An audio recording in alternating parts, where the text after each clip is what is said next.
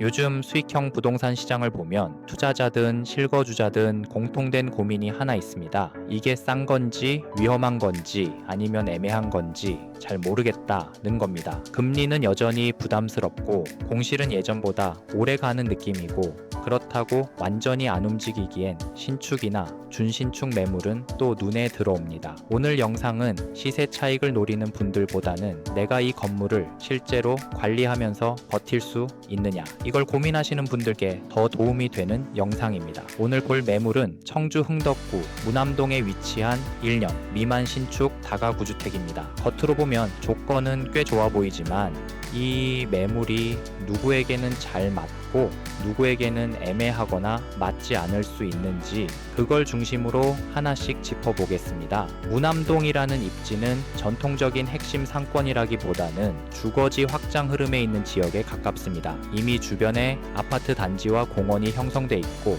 근린 생활시설도 점점 채워지고는 있지만 아직 완성된 상권이라고 말하기엔 시간이 더 필요한 곳입니다. 이런 입지에 수익형 부동산은 단기 수익보다는 버티는 구조가 되는지가 핵심입니다. 공실이 생겼을 때 얼마나 빨리 회복되느냐, 임대료를 무리 없이 유지할 수 있느냐, 그리고 내가 직접 관리하면서 스트레스를 감당할 수 있느냐, 이게 판단 기준이 됩니다. 그래서 이 매물은 지금 당장 수익률만 보고 들어가는 물건이라기보다는 생활권과 임대를 함께 가져가는 구조로 봐야 합니다. 입지와 임차 수요를 어떻게 봐야 할까? 이 건물의 주요 임차 수요는 테크노폴리스 근로자와 근교로 출퇴근하는 직장인입니다. 이 수요의 특징은 명확합니다. 장기 거주보다는 1년에서 2년 사이에 비교적 짧은 거주 주기를 가집니다. 즉, 한번 들어오면 오래 사는 구조는 아니지만 나갈 때 완전히 수요가 끊기는 구조도 아닙니다. 다만 중요한 포인트는 공실 회복 속도입니다. 이 지역은 아파트 개발과 상권 형성이 완전히 마무리되기 전까지는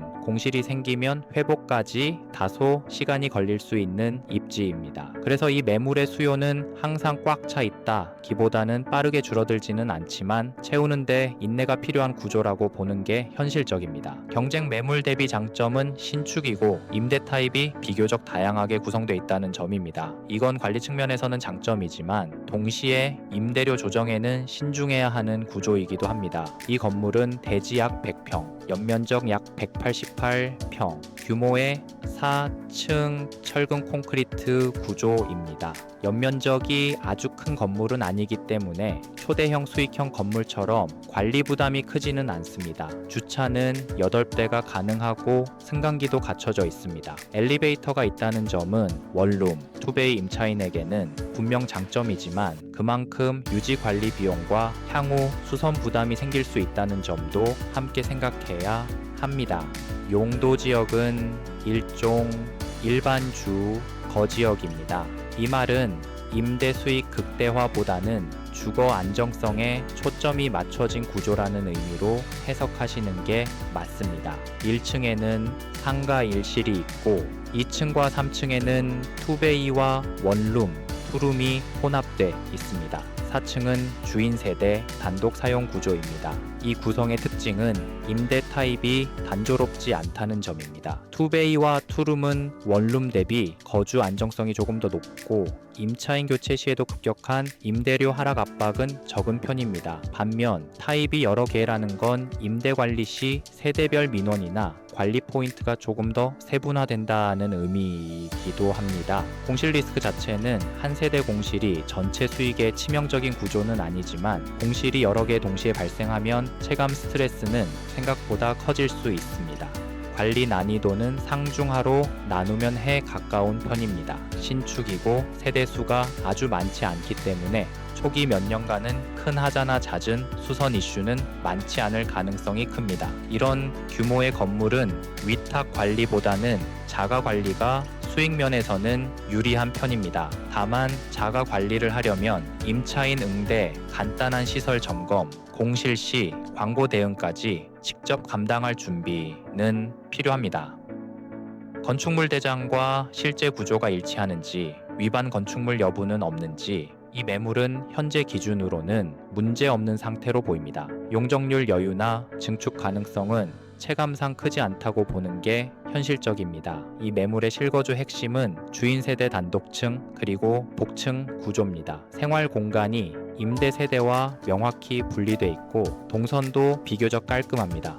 프라이버시는 잘 지켜지는 구조지만 그만큼 건물 전체 관리에 대한 책임도 자연스럽게 따라옵니다. 나는 그냥 집만 쓰고 싶다는 분보다는 내가 이 건물을 관리하는 주체라는 인식이 있는 분에게 더 잘 맞는 구조입니다. 투자자 입장에서 보면 매매가는 24억, 융자는 약 12억 수준으로 설정돼 있습니다. 예상 실투 자금은 약 7억 9천만 원 선인데 이 금액은 실제 대출, 승인 금액이나 임차인 대출 비중에 따라 달라질 수 있습니다. 임차인 대출이 많은 구조에서는 매수자 대출이 생각보다 줄어드는 경우도 있습니다. 이 건물은 자동으로 돈을 벌어다 주는 투자보다는 관리와 거주를 병행하는 투자에 가깝습니다. 이 건물은 2025년 4월 준공된 1년 미만 신축입니다. 신축이라는 점은 현재 임대 경쟁력에서는 확실한 장점입니다. 다만 신축 프리미엄은 시간이 지나면 자연스럽게 희석됩니다. 5년 후를 보면 완전한 신축도 완전한 구축도 아닌 중간 단계의 매물이 됩니다. 리모델링을 통해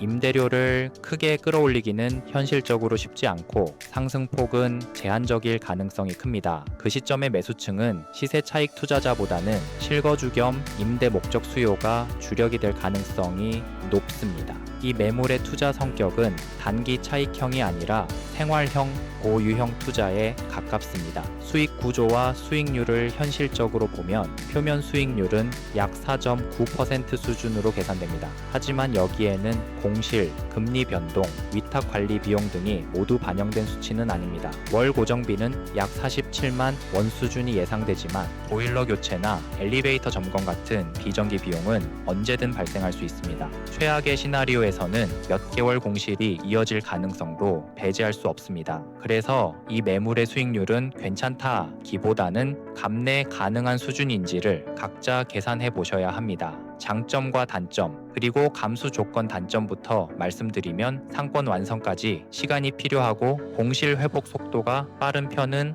아닙니다. 시세 차익을 크게 기대하면 실망할 수 있습니다. 장점은 신축, 깔끔한 임대 구성, 주인 세대의 거주 만족도입니다. 이 장점을 누리려면 관리와 시간 투입을 감수할 준비가 필요합니다. 이 매물이 맞는 사람, 맞지 않는 사람 실거주를 하면서 임대 관리도 함께 고려하시는 분, 건물 운영을 내 일처럼 볼 수 있는 분께는 검토해 볼 만한 매물입니다. 반대로 시세 차익 중심, 완전 자동 수익을 원하시는 분께는 맞지 않을 가능성이 큽니다. 이 매물은 조건이 나쁜 매물도 아니고 누구에게나 좋은 매물도 아닙니다. 그래서 더더욱 현장 확인이 중요합니다.